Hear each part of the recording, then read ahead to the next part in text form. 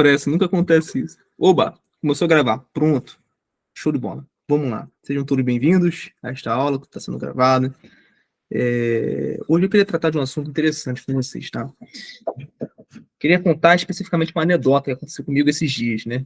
Que é muitíssimo interessante para a gente observar o sintoma do nosso tempo, né? De pessoas que estão absolutamente ensandecidas inconscientemente, tá? Então essa aula vai ser bem voltada mais para psicologia mesmo, tá? Não tem nada muito voltado para filosofia, né? Então vamos lá. Vou contar mais ou menos o que aconteceu.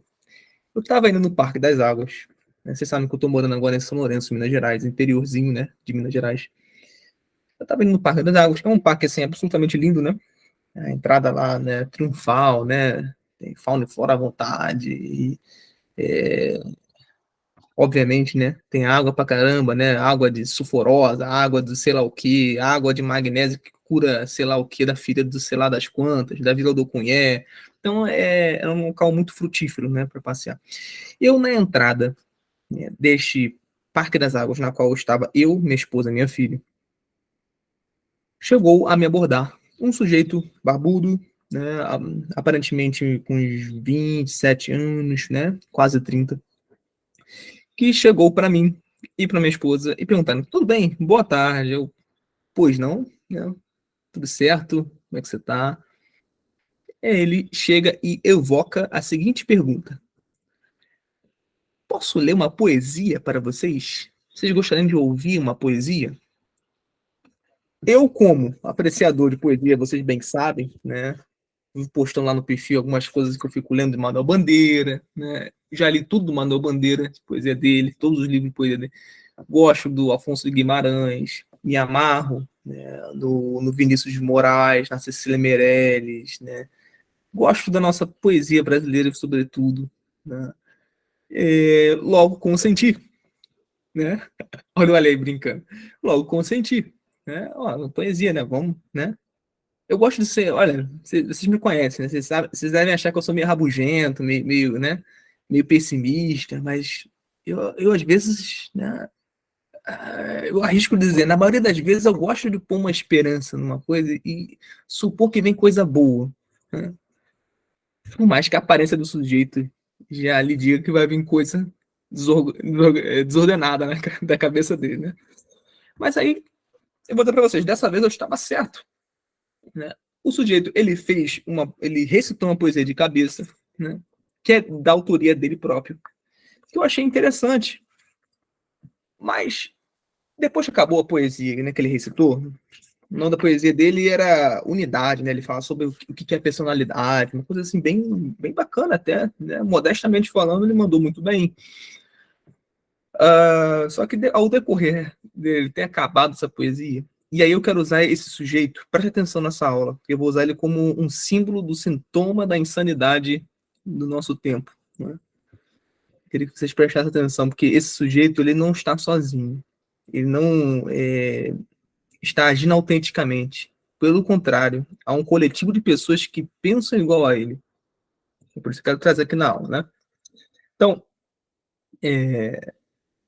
como eu estava falando, depois que ele terminou a poesia dele, né? Eu perguntei para ele, meu amigo, que bacana, hein? Eu tô sentindo o cheiro de Carlos Drummond de Andrade. Aí você lê Carlos Drummond? Ele, não, nunca li. Nunca fui apreciador de literatura brasileira. Ok, o que você lê? O que você gosta? Ele citou autores mais do Oriente, né? Das quais eu não conheço a maioria, né? Mas ele citou um que eu conheço, né? Até um pouquinho bem eu conheço, que é o Osho. Quem já ouviu falar do Osho? Então, assim, eu comecei a reparar que o sujeito, em outras palavras, né? Resumindo, ele estava sendo infectado por uma ideologia chamada New Age, né? Nova Era. Então, ele era do tipo de que não gostava de falar de Deus, mas gostava de falar que existe um ser. Não gostava de falar que existe fé ou verdade, mas que existe uma unidade. Enfim, todo esse campo que vocês já estão acostumados a ouvir dentro do campo relativista, dentro no sentido mais libertino até, né? Agora, o que me chamou a atenção é o seguinte, olha, a anedota que eu tô contando pra vocês termina do seguinte fato, que ele, que ao decorrer da conversa, ele pediu, né? Eu fui muito ingênuo, né? Ele pediu uma, abre aspas, vou até ler aqui, né? Que ele anotou isso. Ele pediu uma energia de troca, né? Ele é um sujeito que trabalha com reiki, só coisa gostosa, né? Só coisa que não é nem um pouco demoníaca. Cura arcturiana, né? Apometria,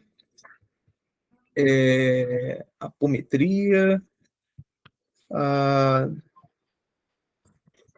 barra de acesso, sei lá que diabos é isso, né? Ele fala o que cada um é, né? Esse barra de acesso é uma ferramenta de reprogramação de crenças, né? Show de bola. E... Ele é maconheiro? Não, eu acho que não, né? Eu acho que não. E eu vou dizer porque eu acho que não, né? Ao decorrer dessa aula. Mas assim, eu queria trazer para vocês o seguinte, né?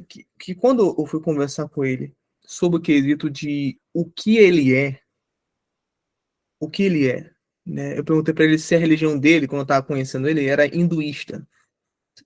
Você é hinduísta? Sua religião é hinduísta? Ele não. Ele disse assim: eu não me defino. É engraçado porque eu já cansei de ouvir isso, né? Eu não me defino, né? Eu não me rotulo. Porque, tá bom. Né? Ficou uma coisa meio assim, né? Não me rotulo. Agora, o engraçado é o seguinte: quantos de vocês conhecem pessoas parecidas assim, que falam que Deus é a natureza, que tem uma filosofia meio deísta, e que não se define de nada, né? Quantas pessoas vocês conhecem assim? Eu conheço várias. Você vai mexer um galho lá no Rio de Janeiro, cai 30 iguais a esse, né? Vocês onde moram aí, eu queria perguntar, vocês conhecem pessoas assim? Ao longo da vida, vocês já conheceram pessoas assim? Né? Acho que em universidade é bem comum achar, né? Olha aí, o Wesley falou, eu conheço muitos, tá? Mas quem? A Lê falou que na escola tem bastante, né? Laís falou que tem demais. Tatiana falou que conhece, tá? O Ale falou, eu conheço e era maconheiro. Então por isso que fazer pergunta, né? Tá, entendi. Beleza, pessoal. Tá certo. Então vamos lá. Essa aula aqui especificamente, eu quero provar para vocês que muitas pessoas que não adotam esse estilo de vida, bem de maconheiro, como o Ale tava falando aí, né? Bem paz e amor, bem hippie, elas, por mais que não adotem pela sua totalidade, elas são infectadas, inclusive nós mesmos, por essa ideologia New Age, essa ideologia nova era, tá? Então eu queria provar isso para vocês ao decorrer da aula, beleza? Então, deixa eu acabar de contar essa anedota, né? Ele pediu uma energia de troca, ou seja, ele queria dinheiro, queria energia de troca. Esse nome é engraçado, né? O cara não pode nem falar dinheiro, né? O cara não tem duas bolas nem pra falar de dinheiro, né? E aí, né? Ele pediu energia de troca e falou, eu falei assim, cara, então, né? Eu pensei comigo mesmo, eu poderia até dar alguma coisinha, mas eu estaria sendo conivente com o erro dele. Estaria financiando a merda, em outras palavras, né? Estaria financiando o erro. Né? Então, assim, por questões de princípios, né, e principalmente moral, né, não seria certo eu ajudar uma pessoa a cometer um erro, né, que é estar nesse mundo doido, esse universo doido aí da New Age, né? É, né, Tatiana? Energia de troca, surreal, né? Porra,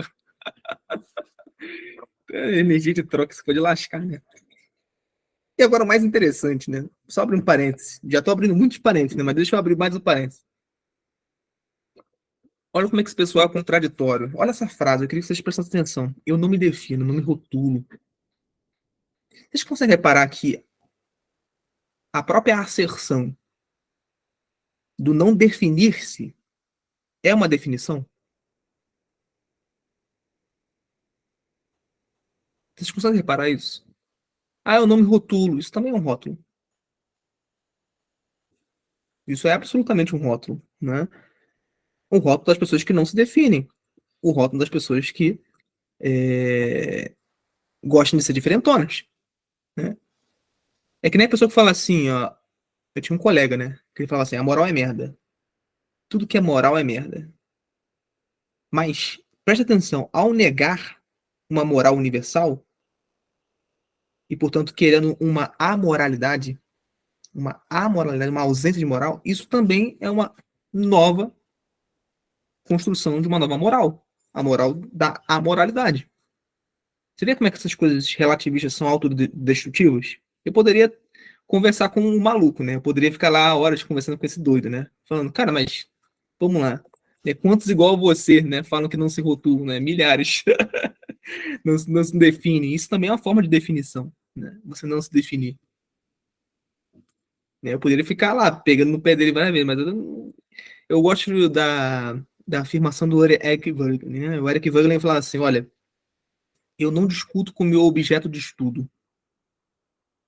Eu gosto de pensar dessa forma, né? Que não vale a pena eu ficar ali provocando, porque o sujeito ele não tem muito QI. Não tô dizendo que eu sou gostosão, não, mas tô falando que ele tá amordaçado mesmo. Não tô falando que eu sou inteligentão, gostosão, não, mas o sujeito que tá com esse tipo de ideologia, ela não tá raciocinando bem direito. Ela tá infectada mesmo e, portanto, é mais burra. Ela tá dopada. Ela não tá no nível de ser humano ainda, tá meio no nível de besta, de chimpanzé. A inteligência está equivalente de um orangotango. Tô falando sério, vocês podem conversar com quem você quiser, desse tipo de pessoa, né? Vocês vão, eu quero ver, eu desafio vocês a arrancarem uma coisa boa ali, né? Alguma coisa na qual ele podem mudar de ideia. Se muda de ideia, é por mera pose. Eu digo isso porque eu já fui, né, uma pessoa que ficou muito tempo perdendo tempo com essa galera, né? Passei anos, né, com pessoas desse tipo. Você já conhece a minha história, né?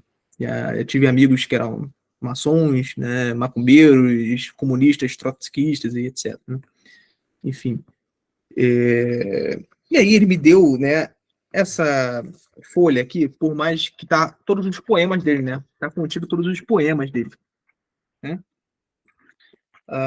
Eu acabei falando que, né, não ia contribuir, porque agora estava com pressa, etc. Né? Foi um pouco mais ríspido, né, com ele, porque o sujeito estava também, né, enchendo o saco, né? E aí ele falou assim, não tem problema, leva esse aqui para você. Foi ótimo ele ter feito isso, porque depois eu li o restante dos poemas, nas quais eu queria ler um para vocês aqui hoje, tá? Para a gente estudar um pouco a enfermidade do nosso tempo. Vamos lá. Esse poema dele, né, se chama Terceira Dimensão. Olha que interessantíssimo, pessoal. Quando a gente escreve, a gente manifesta o que está nas mais profundezas da nossa alma. Inclusive, os sintomas do nosso inconsciente gritam quando a gente escreve. Então, isso é absolutamente interessante. A gente vê isso em absoluto lá no Hegel, né, quando ele começa a dizer que está fazendo uma ruptura com a filosofia, nomeando um novo Deus, né? Então, a gente vê sintomas de paralaxe cognitiva nesse sujeito como Hegel, como Kant.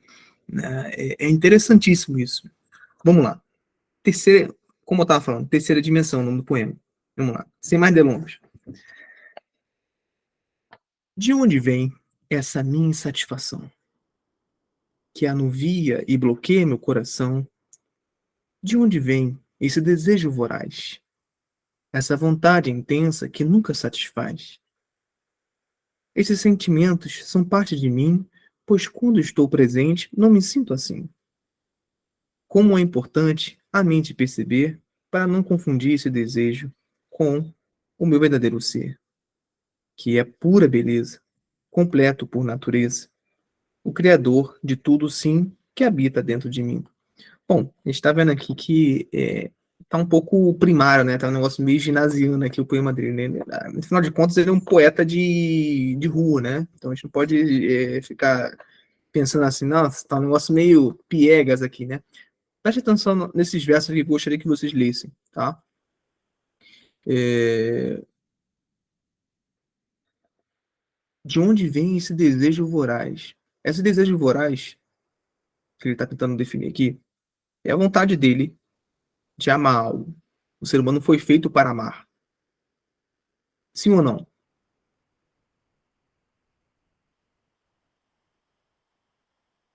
Essa vontade intensa que nunca satisfaz. Esses sentimentos não são parte de mim. Olha o que ele fala aqui. Não são parte de mim. Essa vontade de amar, essa vontade de conhecer a unidade das coisas, Deus, e portanto ter uma missão, como por exemplo ir para o céu, não faz parte de mim. Pois quando estou presente, o que é o estar presente? está ali, né, iludido nessa matrix do New Age, né? Onde ele fala que não me defino, ele está aderindo a um grupo de pessoas que ele acha que é original, né? O Osho, né? Esses caras assim que são mexem com bruxaria pesada, né? Ele mesmo mexe com reiki, né?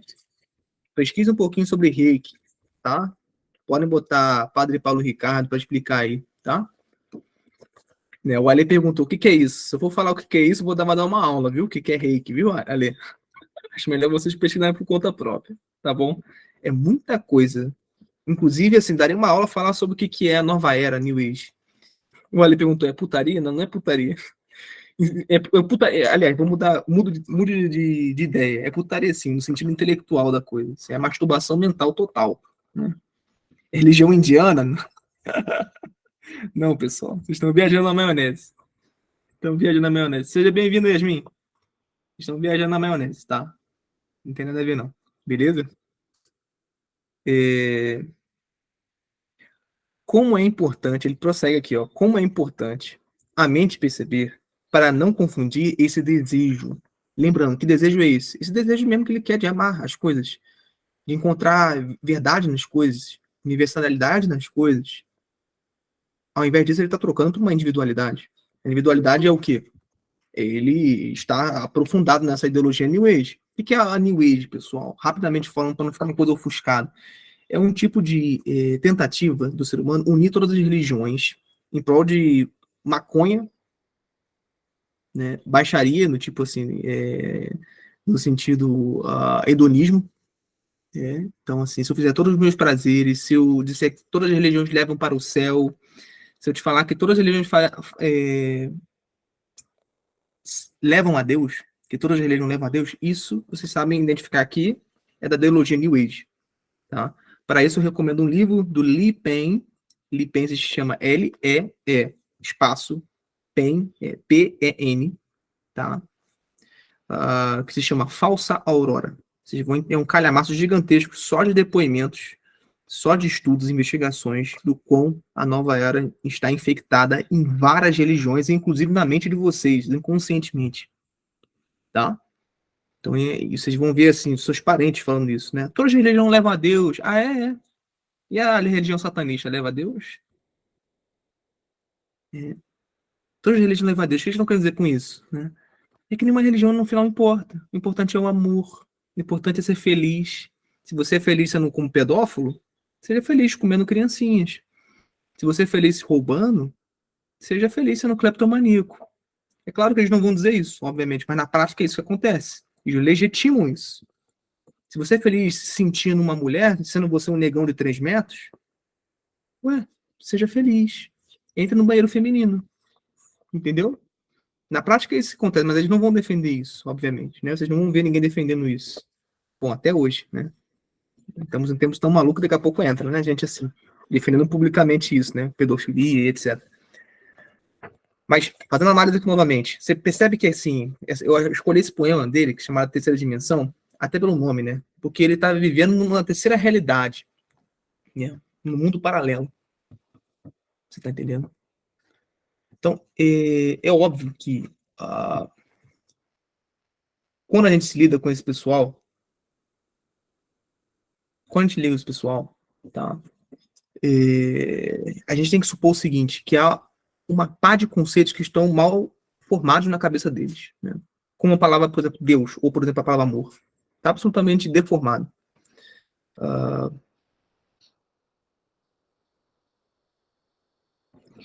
Perdão, estou mandando uma mensagem aqui para uma paciente minha, né?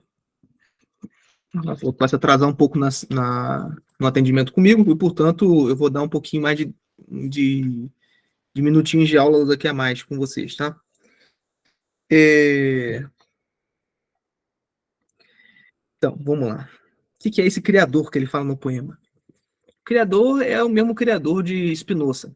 Vocês conhecem o Baruch Spinoza, filósofo aí, né, do século XVI, se eu não me engano, né, em que ele era absolutamente deísta. Né? O que é o deísmo?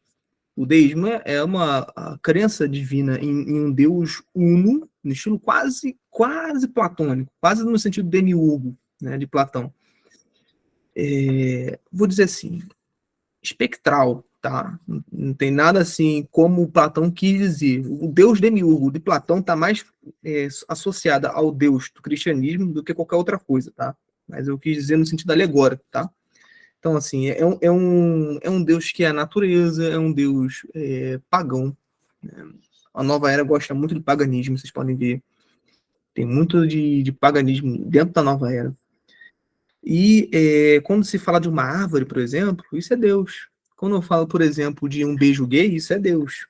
Quando eu falo, por exemplo, de relações com animais, né, zoofilia, isso também é Deus. Portanto, não existe nada imoral, tá? Não existe nada imoral para essas pessoas, tá? O deísta, ele é absolutamente amoral, tá? Isso é contraditório por si mesmo, né? A pessoa que abraça uma amoralidade, como vocês já viram, isso é autodestrutivo. Ela também cria padrões morais das suas próprias ações, que é o padrão da amoralidade. Então, logicamente, isso é impossível. Bom, mas terminando esse poema aqui, eu queria fazer um link com outro poema dele que eu acho interessantíssimo. É interessantíssimo. O cara, eu gosto dele, tá? E vocês estão chamando ele de picareta aí, né? Estão chamando ele de um personagem, né? Mas eu gosto dele. Eu gostei dele, achei sincero. Ele só está manifestando tudo aquilo que ele absorveu a todo tempo na sua vida, que é essa ideologia nova era, é essa ideologia relativista, essa ideologia panteísta, tá? Então, assim, a gente não pode ocupá-lo de alguma coisa, né? Até porque eu conheci ele uma vez só.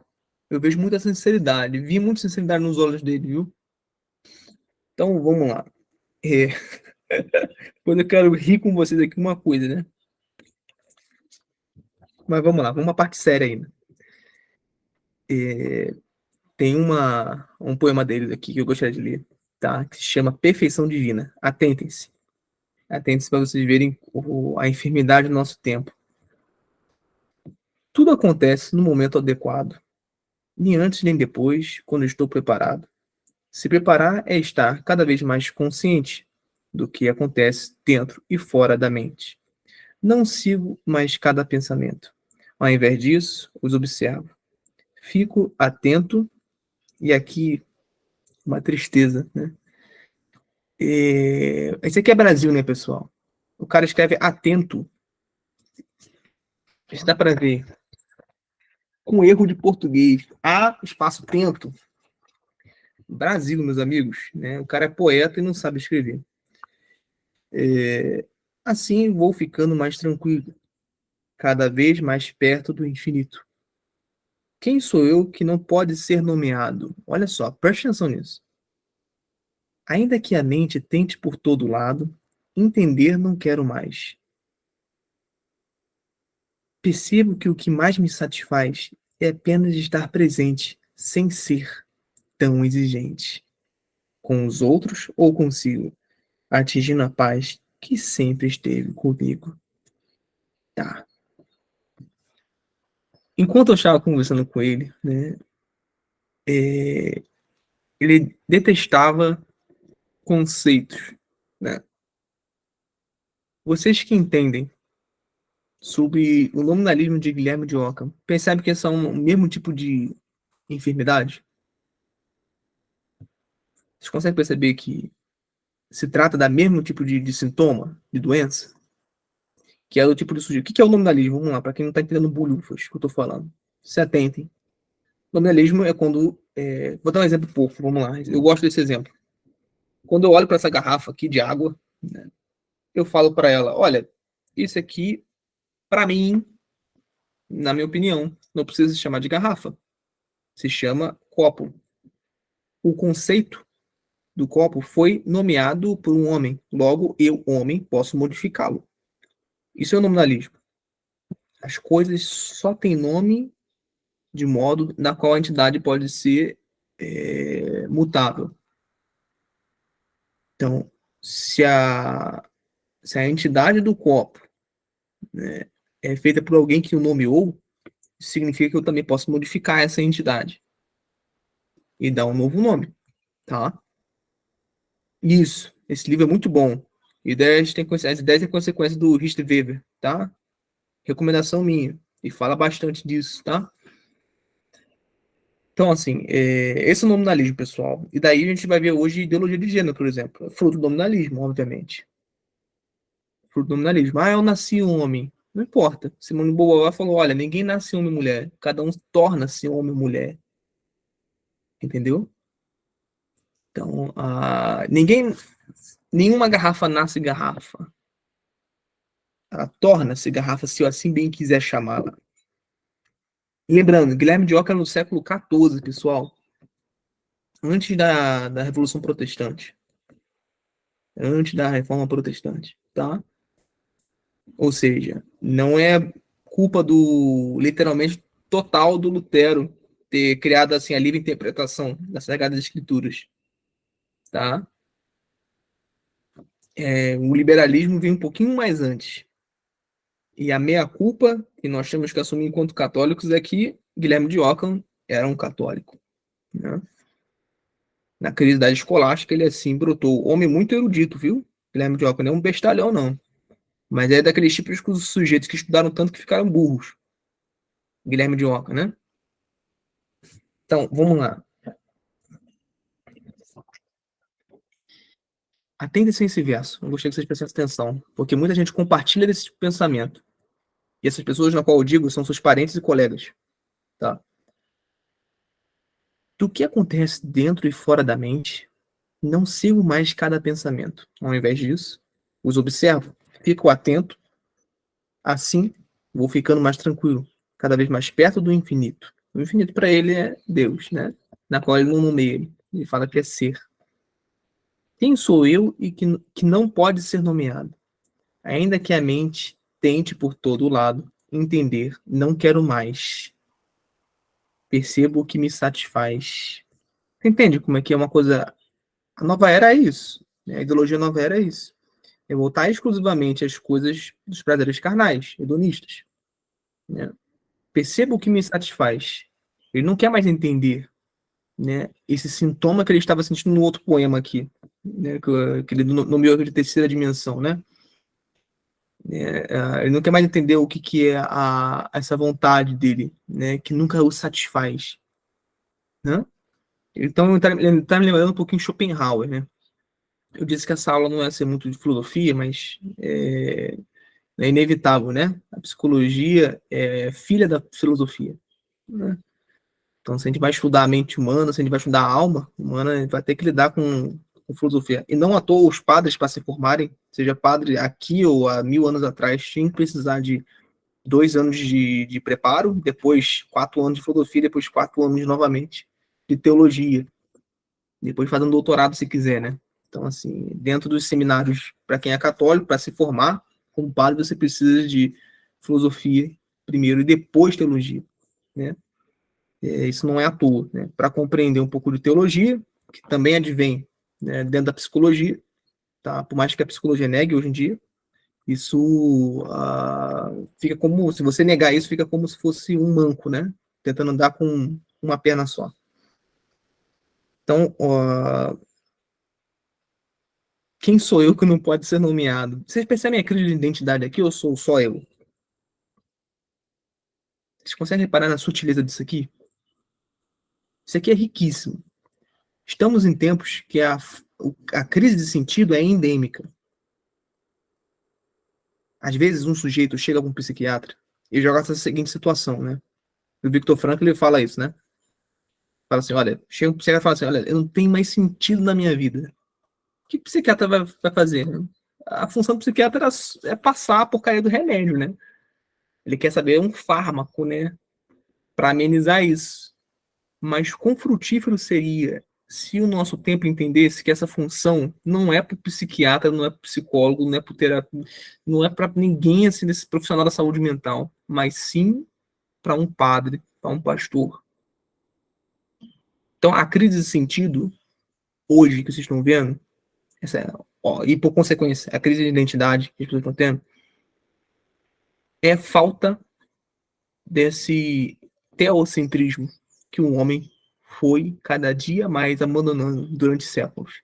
O que a gente vê hoje não é mais um teocentrismo, ou seja, Deus não está mais no centro das coisas, mas é o homem que está no centro das coisas. Sim ou não? Tanto é assim que as pessoas sempre formam o seguinte: olha, qual a minha opinião sobre a política do dia? Qual a minha opinião sobre a marca dessa água aqui?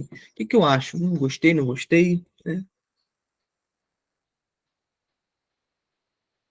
O Dom Luiz perguntou aqui, né? Dom Luiz, se é padre ou é bispo? Se for, já peço logo sua benção. Mas provavelmente não é, não. Pela fotinha aqui do cachorro, né? Ou é um padre que gosta de cachorrinho, né? Ele perguntou aqui uma coisa bacana, ó, o hedonismo atual, né? O Luiz perguntou aqui, o hedonismo atual seria uma consequência da falta de sentido atual? Sim, não, Luiz. Sim, no quesito de que assim, estão querendo suprir essa falta de Deus em algum tipo de Deus com D minúsculo. Então, o hedonismo na qual você está se referindo seria fazer de Deus um dinheiro. Tem gente que faz de Deus um astro do rock. Tem gente que faz de Deus um, sei lá, um filho, né? Sofrendo de avareza, né? O marido, a pessoa se apega. A questão é que, preste atenção nisso aqui, não existe ateísmo. Não existe ateísmo. As pessoas sempre vão se apegar em algum Deus, seja ele com o Deus verdadeiro, com D maiúsculo, ou Deus com D minúsculo. Então a pessoa vai se apegar na ciência, que faz de Deus uma ciência, vai se apegar num político, vai se apegar num dinheiro, vai se apegar na saúde. Algum Deus ele irá canalizar e suprir essa falta. O homem moderno é refém disso. Como não há mais a confiança e a lealdade através dos padres, ou dos pastores, ou da cristandade em geral, eles vão suprir isso em qualquer coisa.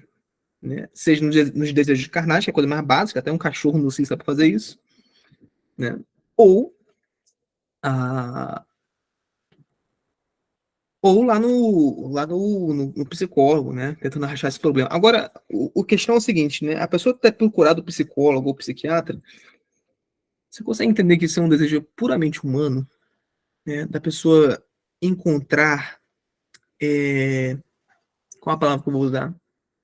A pessoa encontrar uma ressaca moral depois de ter afogado as mágoas, né, na masturbação. Você consegue perceber que um macaco não sente isso? Ele se masturba e pronto. Você consegue ver que um cachorro no cio, ele transando com a mãe, um cachorro no cio, ele não sente culpa nenhuma, não tem ressaca moral nenhuma, é só o ser humano que sente isso. Você sabe por quê? Porque a gente compartilha de uma coisa que os animais não compartilham, que é uma faculdade racional, da qual a gente se assemelha a Deus. E por isso que a gente tem alma e os bichos não. E é por isso que a gente sabe amar e os bichos não. Sim, reitero, o seu animalzinho não sabe te amar. Ele não te ama. O seu cachorrozinho, seu gatinho, ele não te ama. Tá? Amar é um desejo puramente irracional e humano. Ele vai falar assim, ah, mas Klaus, né, meu bichinho, né, ele sacrificou a vida dele por mim. Vou te falar o que ele salvou. Ele não salvou você, ele salvou a possibilidade dele ficar sem comida, sem carinho, sem tudo aquilo que regozija um animal. Então você vai ver esses vídeos assim do cachorrinho salvando o dono, né? É por isso, ele está salvando a comida, a possibilidade de ficar sem comida, sem afago, sem carinho, sem tudo aquilo. Né? É uma relação de interesses puramente entre animais, tá? Sim, Ale, essa frase do Santo Agostinho, né? Se não me engano, é Santo Agostinho, né? Fala que o homem tem um buraco no coração do tamanho de Deus. Ah, na sala de aula eu sempre falo isso com vocês, né, Yasmin? Esses assuntos que eu tô te passando, em relação à nova era, essas coisinhas assim.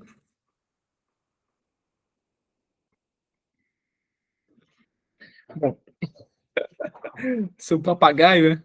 Olha, é meu parceiro? Pois é, né, cara? Ele é teu parceiro, né? Mas, infelizmente, tem como amar, né? O seu amor por ele pode até ser possível, né? Mas o contrário Porque eles têm uma faculdade que limita até a sensitiva. O seu bichinho aí, que eu acho que é um papagaio, não é isso? Esse seu passarinho aí, essa sua ave, ele tem a faculdade mineral e, portanto, tem um temperamento. Ele também tem uma faculdade vegetativa. Ele come, bebe, né, morre, nasceu, né, ele reproduz, né? E também tem a faculdade sensitiva, que tem os cinco sentidos. Ele ouve, ele toca, ele tem tato, ele, enfim, né? Ele sabe sentir o gosto das coisas. Então, você vê, as plantas não têm, né, a faculdade sensitiva. As plantas são só até a faculdade vegetativa, tá certo? Olha só, na sua faculdade fala isso, Yasmin? Sobre Deus não ser o centro? E vivem dizendo que é bem melhor. Óbvio, né? Faculdade. Se você me dissesse que seria o contrário, aí não seria mais universidade, né? É. Né? É isso aí, olha. Então, olha só, vamos partir para a próxima. Esse sujeito é interessante, né? Esse que eu encontrei, né? É,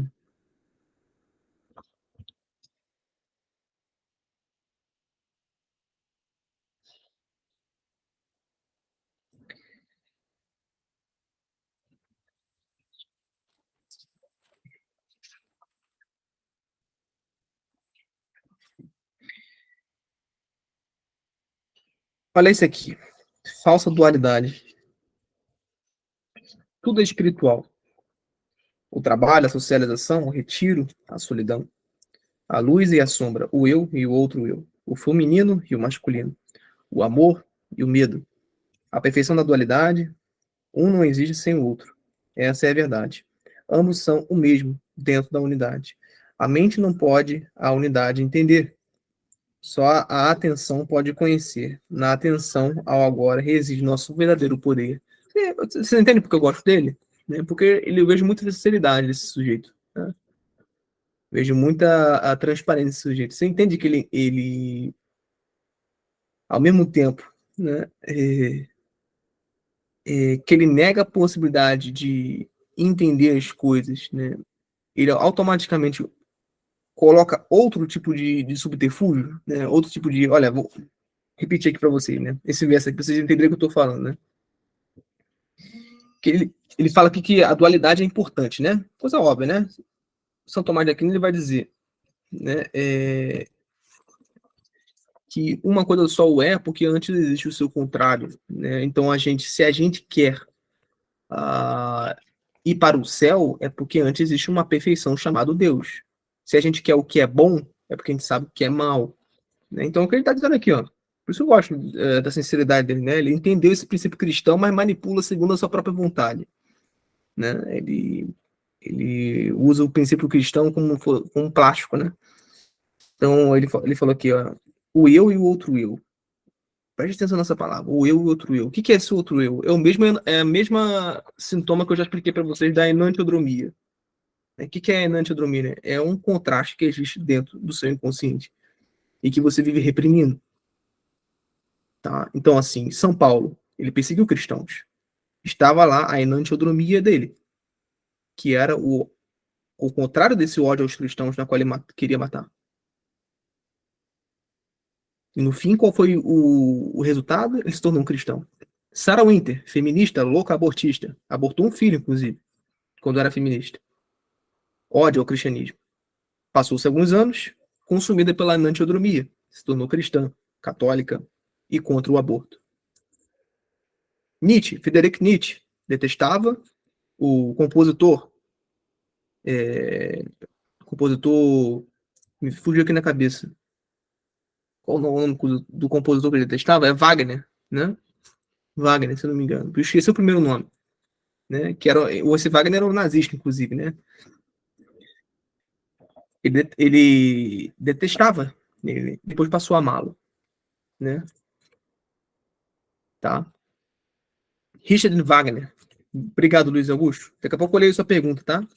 Deixa eu só acabar aqui. Então, assim, essa enantiodromia está presente nesse nosso colega que a gente está analisando aqui. tá? E que essa antinomia está presente em todos vocês. Sim, o Gabriel, o Fernando Aloysio, o Newton Costa, tá? O Jean, todos vocês que estão aqui, né? A, a Yasmin, né? Eu não estou conseguindo ver o resto da galera, mas todos vocês que estão aqui, vocês compartilham de um avesso que está morando dentro de vocês. A esse avesso, a esse avesso vocês conhecem por enantiodromia, tá? Então, se, por exemplo, uh, chegar, né? Chegar para vamos dizer assim, a Laís, né? E ela me disser que é vegana, que ela é ateia e vegana, né? Amante dos animais, vai perdurar uma possibilidade nela de ela se tornar, sim, carnívora e cristã. E aí religiosa, pode ser qualquer outra religião, né? Estão entendendo? Então, isso é muito possível e vive dentro de nós. Esse contraste vive dentro de nós que a gente tem que policiar, tá? Tem uma frase do Nietzsche que define bem isso que eu tô querendo dizer para vocês, né? Que ele fala assim, né? Não olhe demais para o abismo, senão esse abismo ele pode olhar de volta para você. Então, de tanto a Sarah Winter, por exemplo, ter odiado o pessoal contra o aborto, ela se tornou aquela pessoa que, perdão, de tanto ela ter odiado as pessoas que eram pró-vida, ela se tornou essa pró-vida. Ela detestava os cristãos, ela se tornou essa cristã. São Paulo também é a mesma coisa. Quando eu falo de São Paulo, é o São Paulo apóstolo, né? Tá? Perseguia cristãos e no fim se tornou cristão. Ele fala aqui do feminino masculino, que não é nada de mais do que o yin yang, né? Aquele que o Jung vai chamar de ânima e ânimos, né? Quem é conhecedor do assunto tá entendendo o que eu tô falando, né? Amor e medo, né? A perfeição, tá. Então é isso, né? A dualidade, vocês já entenderam o que que é, né? Uma coisa só existe porque existe o seu contrário. O bem só existe porque existe o mal, né? Essa é a verdade. Ambos são o mesmo dentro da unidade. Diz ele aqui, né? A mente não pode a unidade entender. Só a atenção pode conhecer. A atenção ao agora reside no nosso verdadeiro poder. O que é essa atenção? Alguém tem um palpite? Queria que vocês me dissessem no chat para participar um pouquinho, né? Vocês estão muito calados. Alguém dá um palpite do que seria essa atenção?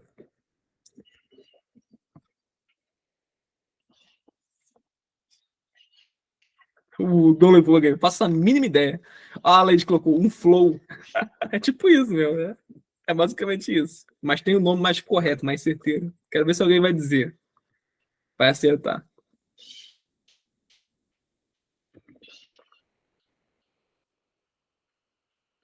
O Dom Luiz fez uma pergunta boa, agora que eu li.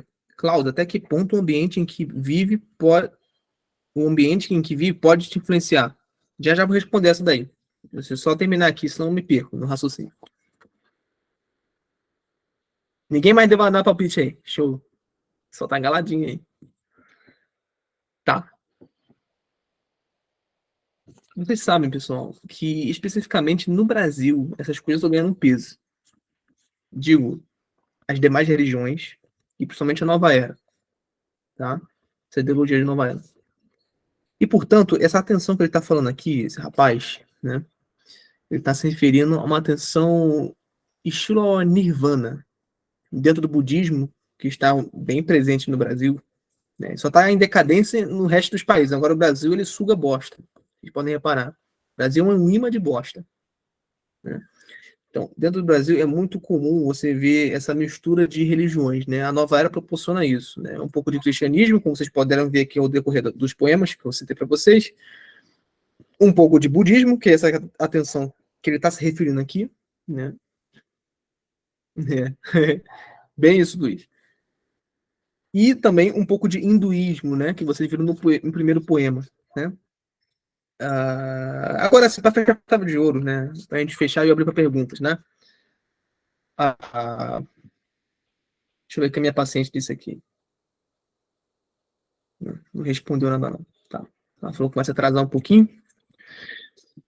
Para finalizar, né, eu fiz uma pergunta assim concreta, né? Esse sujeito, ele tem aproximadamente 30 anos, assim, eu diria de aparência, né? Ele aparenta ter 30 anos.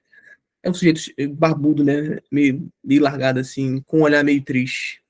O que evidencia o porquê que ele está fazendo esses poemas, porque ele diz aqui que está com uma intensa insatisfação, né? Ele usou palavras do tipo assim eh, que apresentou um certo sintoma de crise de identidade, tá? É, e assim, tudo isso vocês podem ver que faz parte dessa constante fuga dele diante da realidade, portanto, de Deus, de buscar alguma unidade, na qual ele tanto fala aqui, né? Ele usa unidade com o maiúsculo, mas essa unidade é a natureza, em outras palavras, né, que ele está buscando. Vamos finalizar com esse último poema aqui, só para dar uma ridinha, dar uma risadinha, né? Uma risadinha no sentido bom, né? Não é debochar, não. Olha, leia isso aqui, ó. A labuta interna. É um nome bonito para um poema, vocês vão concordar comigo, né? Nome bonito. Para que morrer de trabalhar? O meu valor está em quem eu sou. Não preciso lhe provar, mas preciso descansar. Ai, meu saco. E o meu comportamento observar. Isso também não é trabalhar? Eu não posso ajudar se primeiro não me curar. O passado, que ainda não consegui aceitar. Vou repetir, o passado, que ainda não consegui aceitar. Queria um palpite de vocês aí, né? Que vocês poderiam fazer de análise nesse poema. A mudança é um processo. Não se cobre em excesso. Não seja humilde para aceitar que você pode sempre melhorar. Mas seja humilde para aceitar que você pode sempre melhorar. Melhorar não é ter mais, mas ao invés de querer ter razão, escolher a contemplação. O que vocês, assim, para finalizar com chave de ouro, o que vocês analisam desse poema que eu acabei de ler para vocês aqui?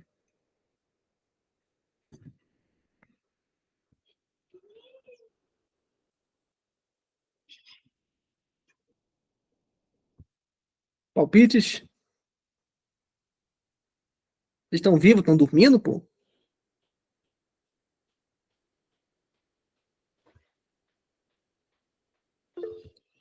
Espiritismo? Tô pensando, diz o Zé. Pessoal, isso aqui é muito mais leve do que vocês estão imaginando, é muito mais básico. Vocês estão querendo levar o nosso mais profundo, ó. Pra mim é nada com nada. Gostei da sinceridade, Wesley.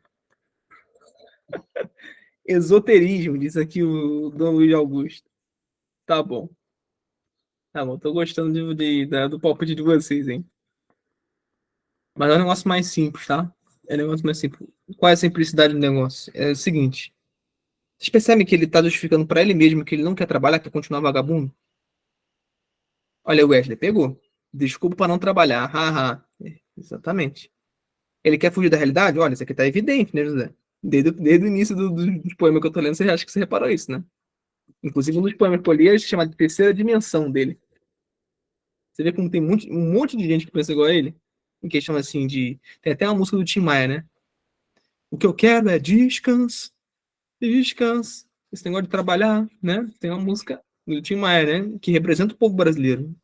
O povo brasileiro, presta atenção que eu vou dizer para vocês, ele só se incomoda em estar numa condição de escravo porque ele não é senhor. Vou repetir. O brasileiro ele só se incomoda em estar numa situação de escravo, de trabalhador, porque antes ele não é o patrão. Porque antes ele não é o senhor, dono do escravo. Então isso é muito presente no nosso tempo, com as pessoas com qual convivemos. Essa aversão ao trabalho, ao esforço, e inclusive ao apetite irascível, que é das coisas mais elevadas. O brasileiro é um eterno apetite concupiscível. É um eterno. Me dá aqui, eu quero beber porque eu tô com sede, me dá aqui porque eu quero transar, vou botar aqui meu buraco em algum lugar, né? Vou usar a mulher como objeto. É o país do carnaval, das bundas e do samba. E do futebol. Com a cervejinha, obviamente. Então, vou repetir. Para que morrer de trabalhar? Ele fala aqui: o meu valor está em quem eu sou. Não preciso lhe provar, mas preciso descansar. E o meu comportamento observar. Isso também não é trabalhar? Ou seja, ele está justificando por que ele quer trabalhar como poeta. Olha que fofo.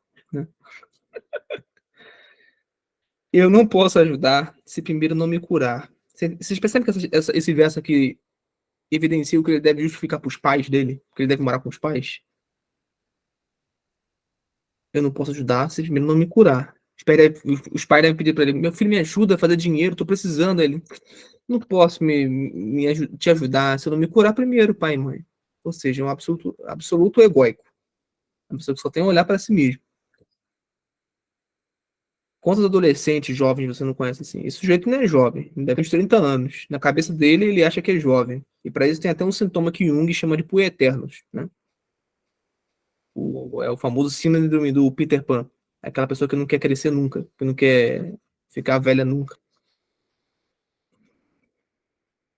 Aí ele continuou: o passado que ainda não conseguia aceitar. Alguma coisa aconteceu no passado dele, viu? Em relação à família, não sei se alguém faleceu, se o pai abandonou ele, houve divórcio. A mudança é um processo, não se cobre em excesso, mas seja humilde para aceitar que você pode sempre melhorar.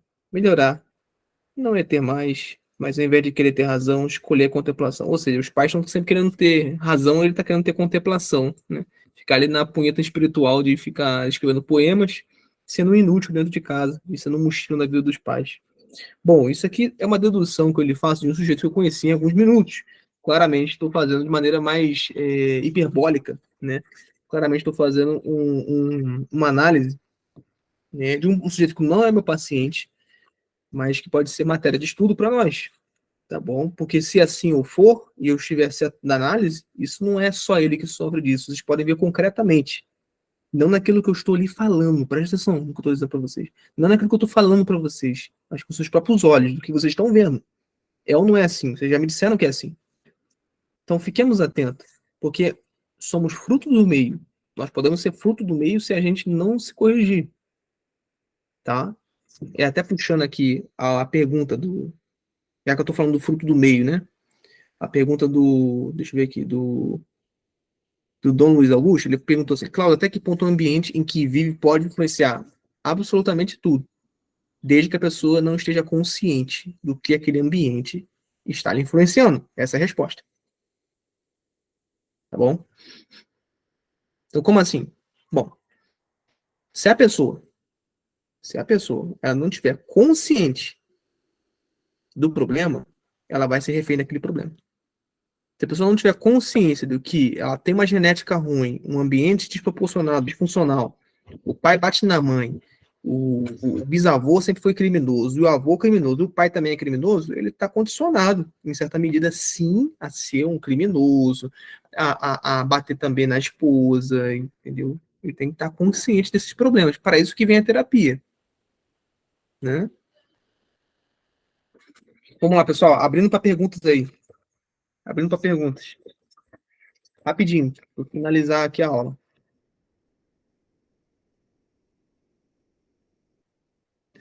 Fernando falou aqui, ó, lembro de ter visto uma aula do professor Lau falando que o trabalho não necessariamente deve ser o centro da sua vida, mas sim aquilo que financiará a sua vocação. Ou seja lá o quê? É bem isso mesmo, ô Fernando. O brasileiro leva o trabalho como centro da vida porque ele é dinheirista. Então, por que você trabalha, sujeito? Ah, para ser útil para alguém? É, né, para sustentar minha família, coisas mais ideais, né, coisas mais profundas, né, que dão sentido à vida, não, é para ganhar dinheiro. O brasileiro sempre vai dizer, eu trabalho para ganhar dinheiro. Aí o sujeito vive pulando de trabalho a trabalho à procura de mais dinheiro.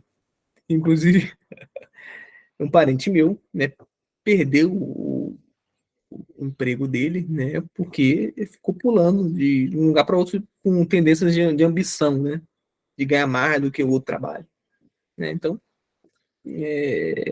por que você trabalha? Você pergunta para o brasileiro. É por causa de dinheiro. Simples assim.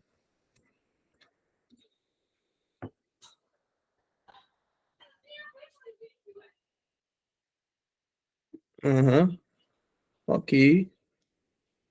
José perguntou, José Darlan de Oliveira. Klaus, Chesterton, Lewis e Tolkien são bons autores para entender a sociedade como está hoje em dia?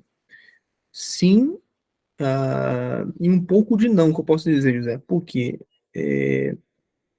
Tolkien não é ele não faz análises é, da sociedade do nosso tempo, primeiro porque ele não está vivo, e segundo que não era a ambição dele, não era a função dele, tá? Então ele é mais da literatura. Embora, se eu não me engano, ele tem não ficção por aí, falando um pouquinho sobre alguns problemas, enfermidades do tempo dele, né? Chesterton ele é bem atual, por mais que ele seja do século XIX para o XX, viu? Lewis também. Então, para esses caras aí, vocês vão ver problemas, né? Inclusive frases que se dizia lá no século XIX, XX, que não estão presentes hoje, como, por exemplo, aquela clássica frase do você tem que ser mente aberta, você tem que, né, você tem que aceitar, você tem que ser mais tolerante, tem que ser mais mente aberta. O que o Chesterton falou sobre isso? Ele falou assim, olha, cuidado para você não ter a mente tão aberta, mas tão aberta para o seu cérebro cair. Né? Então ele falou isso não para atacar alguém específico, mas para desmistificar essa questão de que nós temos que ser absolutamente tolerantes com tudo. Né? Temos que ser mente aberta. Quem está fazendo esse negócio de ser tolerante com tudo, afinal de contas, é burro. Deixa o cérebro cair. Né? Fica alucinado, fica alienado.